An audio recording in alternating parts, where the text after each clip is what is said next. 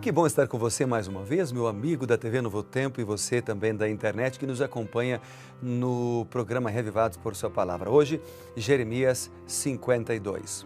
E é claro que a gente vai orar agora pedindo a bênção do Senhor. Antes, porém, eu quero lembrar você que você pode acessar este programa no youtube.com/Reavivados por Sua Palavra NT.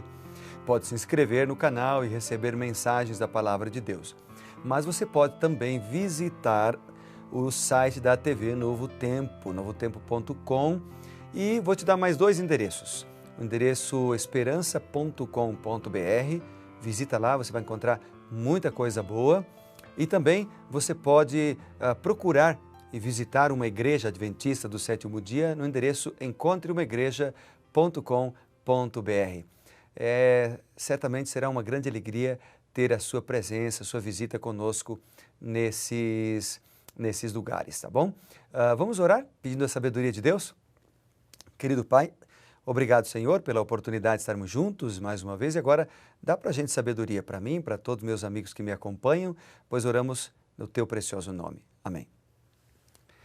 Bom, Jeremias 52, ele está aqui aberto já na minha Bíblia e ele fala sobre Zedequias, mostrando que Zedequias se rebela e mostrando a Jerusalém sendo sitiada e tomada. O capítulo também apresenta os filhos de Zedequias, que são assassinados, e porém, os olhos deles são vazados. Também fala de Nebuzaradã, que queima e saqueia a cidade, leva o povo cativo, e fala de Evil-Merodach, que promove a Jeoaquim.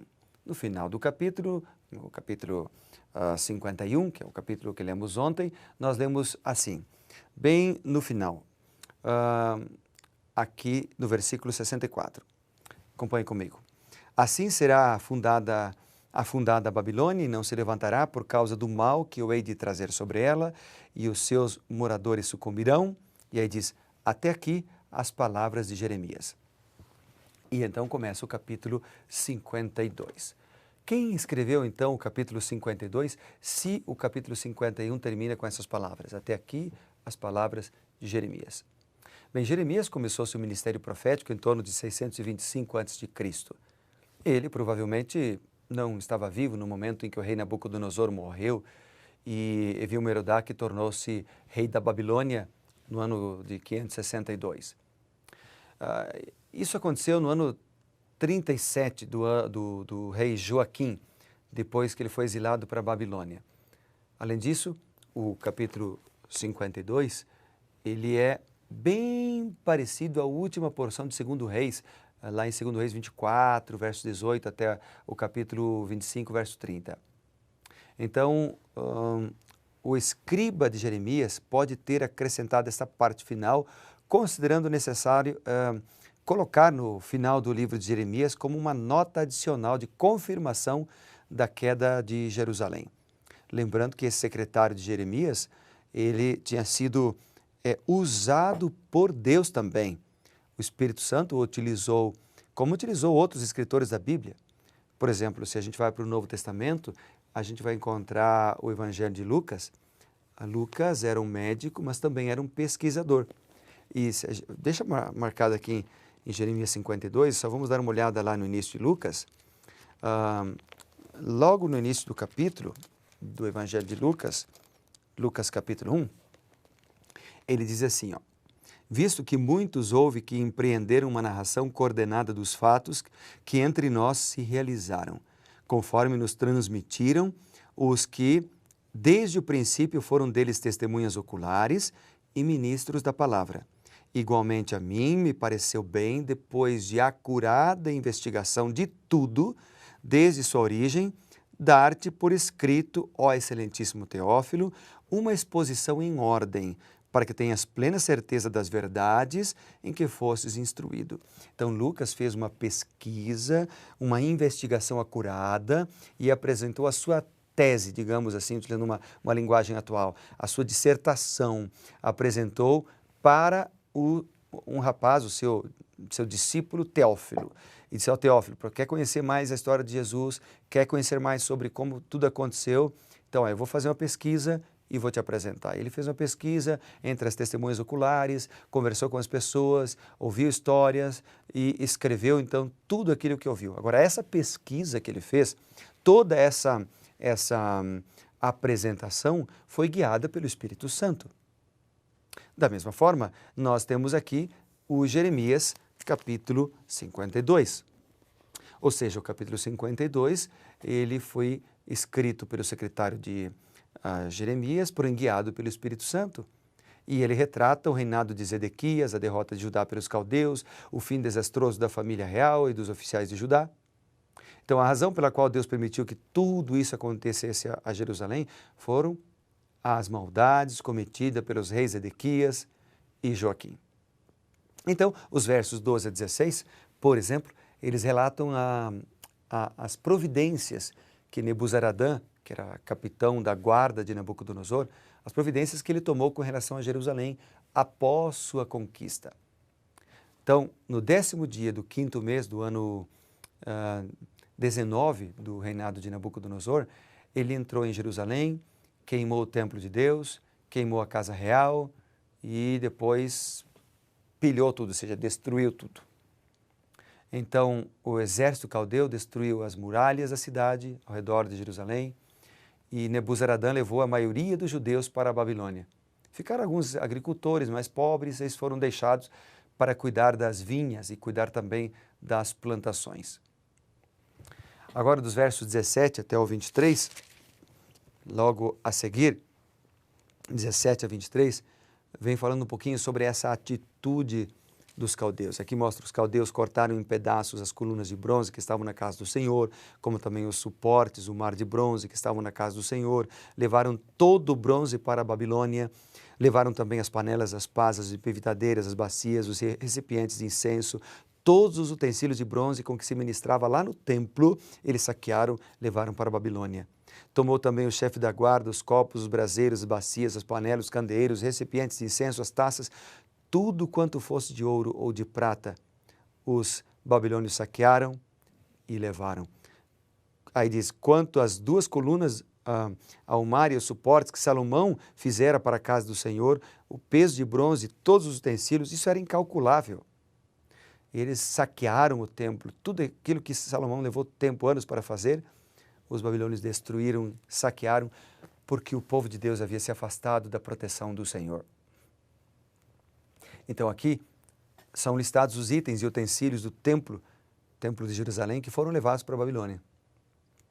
Eles levaram a maioria do ouro, da prata, do bronze, dos utensílios, as colunas, né, que eram duas de bronze, e o enorme mar, entre aspas, o mar aqui de bronze. Depois, versos 24 a 27, Nebuzaradã levou 74 judeus, incluindo príncipes, sacerdotes, para Ribla.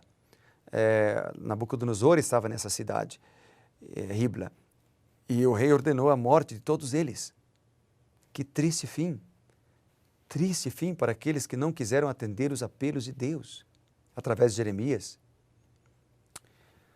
Sempre sofremos quando nós não atendemos o apelo do Senhor. Por que não atender o apelo de Deus hoje? Deus está chamando você. Ele diz, filho, dá-me o teu coração. Deus chama-nos para estudar a Bíblia. Deus nos chama para tomar uma decisão. Deus nos chama para ir à igreja.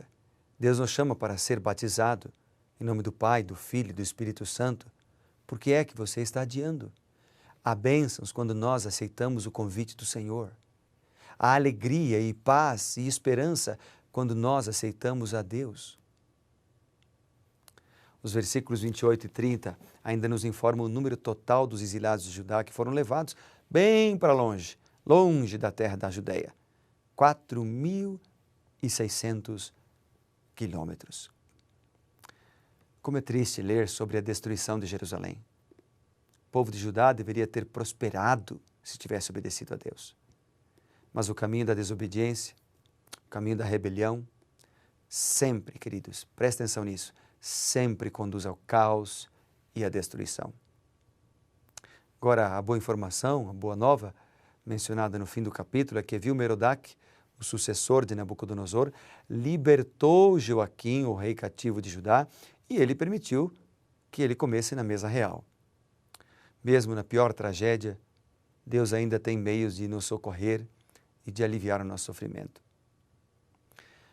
Que bom saber disso, não é? Por isso a nossa oração deveria ser: Senhor, te louvamos porque Tu és justo e bondoso. Ajuda-nos a ser fiel a Ti, a fim de que as bênçãos que desejas para nós possam ser realizadas de modo completo. O que você acha? Vamos fazer essa oração todos os dias? Cada manhã nós temos motivo para agradecer a Deus. Cada manhã nós temos motivo para confessar os nossos pecados a Deus. Agradecemos pelas bênçãos que Ele nos dá todos os dias, mas também temos razões para confessar os pecados. O livro de Jeremias termina de maneira triste e, ao mesmo tempo, termina de maneira feliz ou esperançosa, porque mostra a misericórdia de Deus em meio à tragédia. Em meio às lutas, em meio à dor, em meio ao sofrimento, Deus está lá. Em meio à transgressão, Deus está lá. Em meio à mais fria e terrível situação de pecado, Deus está lá. Não para compactuar com o pecado, não para aprovar o pecado, não para permitir o pecado, mas para nos libertar do pecado, mas para nos tirar do lamaçal, da sujeira a que o pecado nos coloca.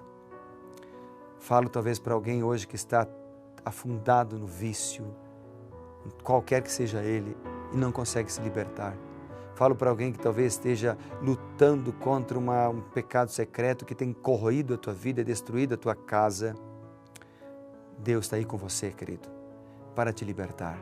Ele te dá esperança, e não só esperança, Ele te dá força, Ele te dá vitória. Vamos orar por isso? Querido Pai, obrigado porque terminamos o livro de Jeremias com esperança. Terminamos o livro de Jeremias na certeza de que o Senhor cuida de nós apesar de nós mesmos. Dá-nos, portanto, Senhor, a Tua bênção, cuida da gente e guia-nos em Teus caminhos, em nome de Jesus. Amém.